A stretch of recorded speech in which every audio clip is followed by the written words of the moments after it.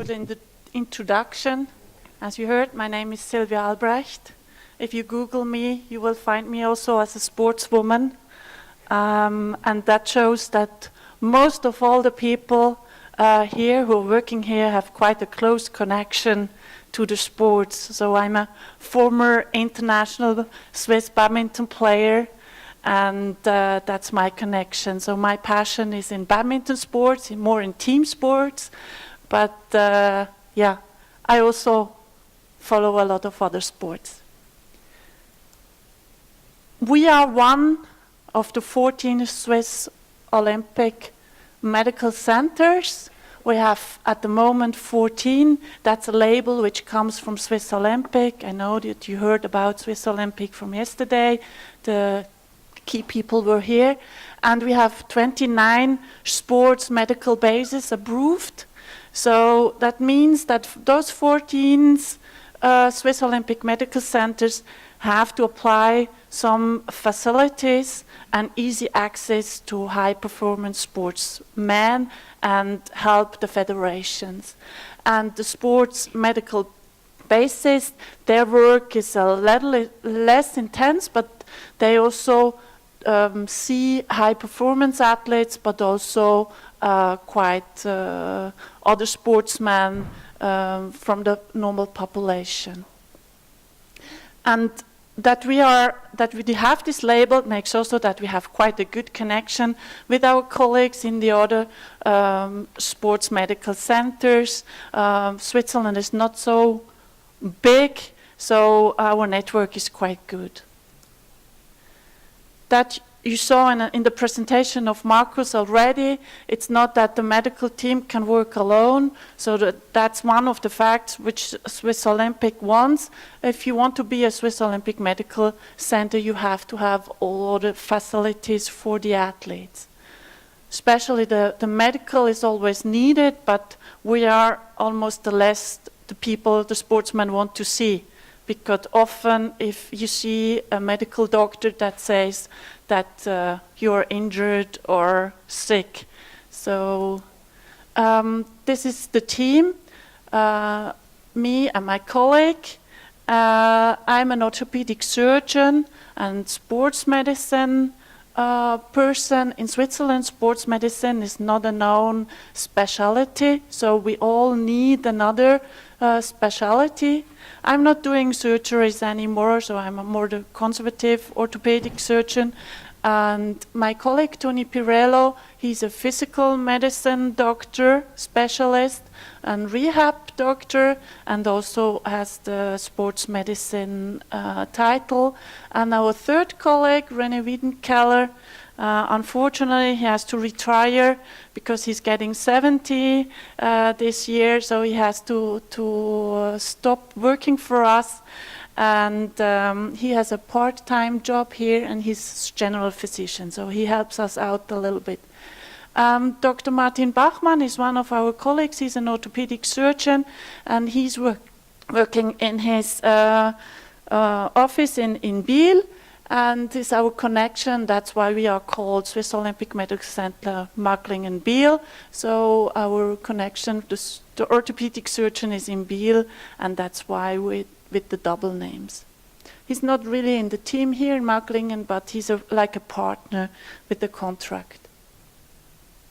As I said, all of us, the medicals, have close connection to sports federation, either as chief medical officer or as a member, a medical team member. I've put you the signs. This is the Swiss Gymnastics Federation. As they have the national training center here in Magglingen, it's clear that we have a quite close connection to them. We work a lot of them. Tony Pirello, he's the chief medical officer for the artistic gymnasts, women and men and junior male, because they train here. We see them a lot. And I see the athletes from the rhythmic gymnastics as a member of the medical team of Swiss Gymnastics Federation. Swiss shooting, They also have their national training center here in Macklingen. As it is an individual sport, not always all the athletes are here. They have at the moment 4 athletes who are in this national training center, and all the others, they come quite often, about 12 times a week, to here, to Macklingen, to train together. So at the moment, we do some work as a medical team member, and we see if some of us can get chief medical officer.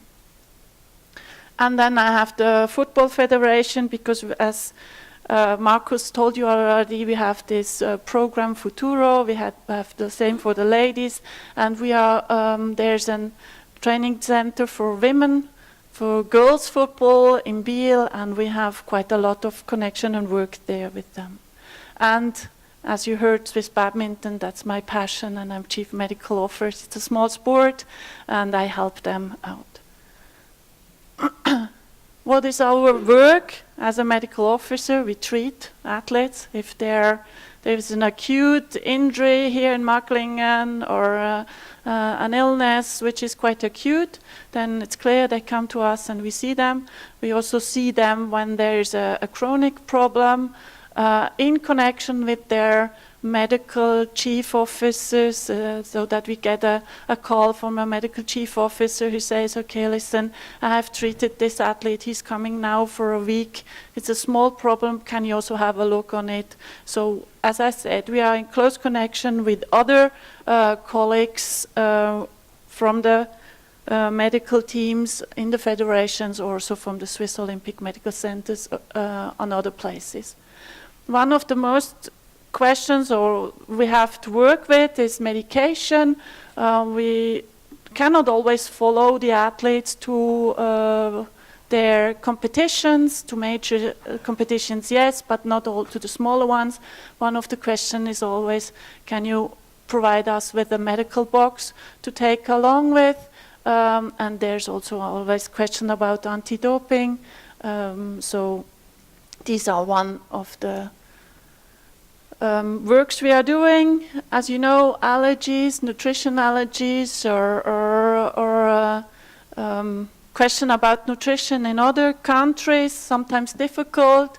If, for example, gymnastics has their worst championships in China, you know, food contamination with clenbuterol in meat is one of the major things, and as gymnasts like to eat meat, you have to try to find a solution together with the sports nutrition specialist to get them to take care about that they can take the food along. Can you bring that to China? Is that allowed? And all those kind of things.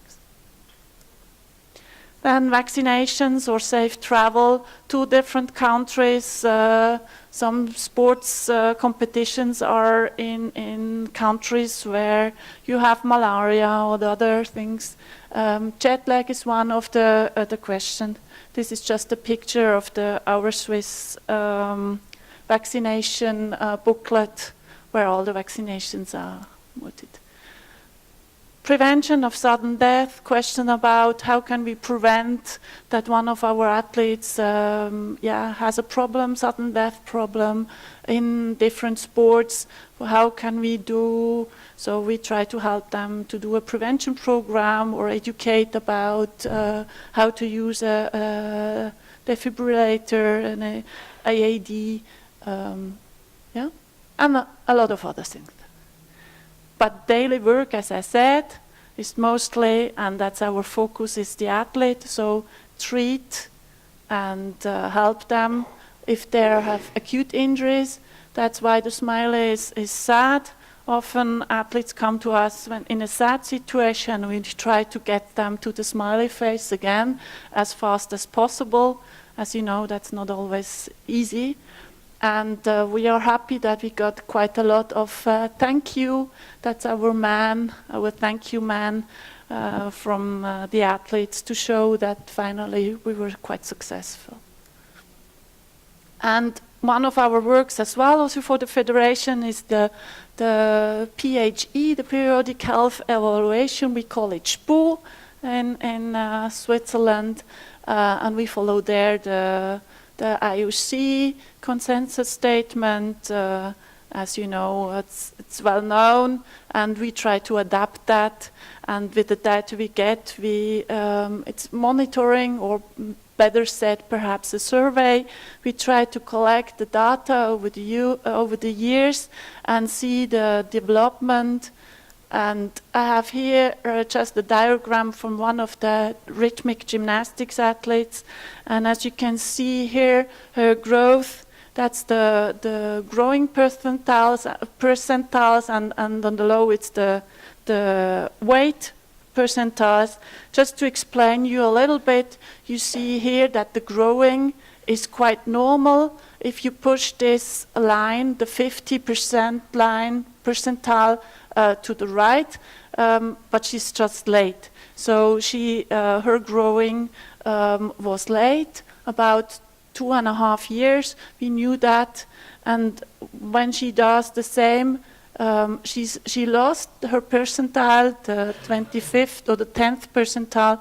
So at that moment we had a problem with the relative energy deficit in sports, and we had to do things because her bone mass was really bad.